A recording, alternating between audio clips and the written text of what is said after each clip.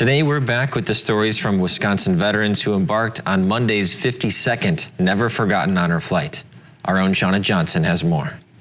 That's right, Dan. And today we hear from a local Rhinelander Army veteran who many might remember from his 34 years of working within the school district of Rhinelander and the building trades program that stands today because of him.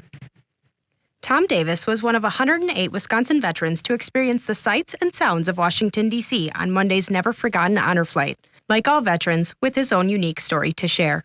I was drafted in 1971 through the lottery system that they had for 2 years, and I was number 52. I had started teaching at Rhinelander High School and got drafted at Thanksgiving of my first semester. Cedric Big was the superintendent of the Rhinelander High School at the time, and although he tried to get Davis out of it, he couldn't. So Davis got deferred until the end of the semester while the district found a teacher to fill his spot. He left to fulfill his duty to the service in February of '71. Draft people are in for 2 years. I actually was only in for 19 months because I was overseas in Thailand, and when you come back in a war situation and there's less than 5 months, they just tell you you're done with the service. Sounds like a pretty good deal, right? It is a good deal, yeah. 19 months, 9 days. Davis was originally trained in the Signal Corps in Fort Monmouth, New Jersey, to do field-operated radio repairs.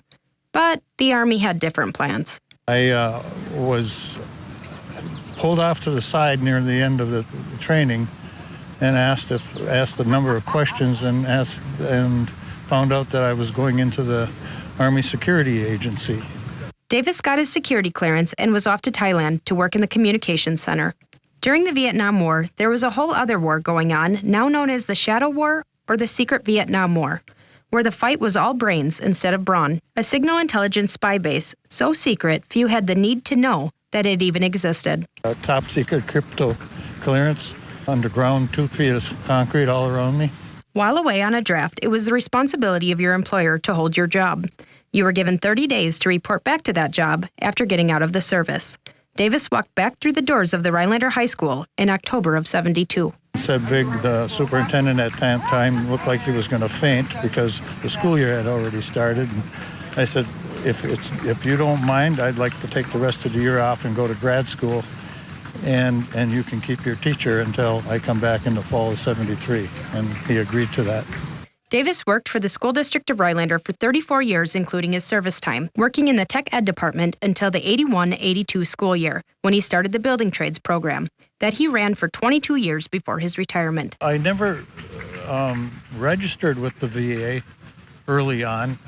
Actually, they were kind of discouraging it unless you had been on the ground in Vietnam. But then my nephew, who was a VA officer down in La Crosse, said, we're going to register you. And that was about 3 years ago. 2 years ago, The Wall That Heals, a 3/4 scale replica of the Vietnam Veterans Memorial, came to Rhinelander. Davis had the opportunity to work on site, and that's when he was talked into signing up for the honor flight by fellow veterans. It took 2 years, but it was finally his turn. Here's where I might get emotional.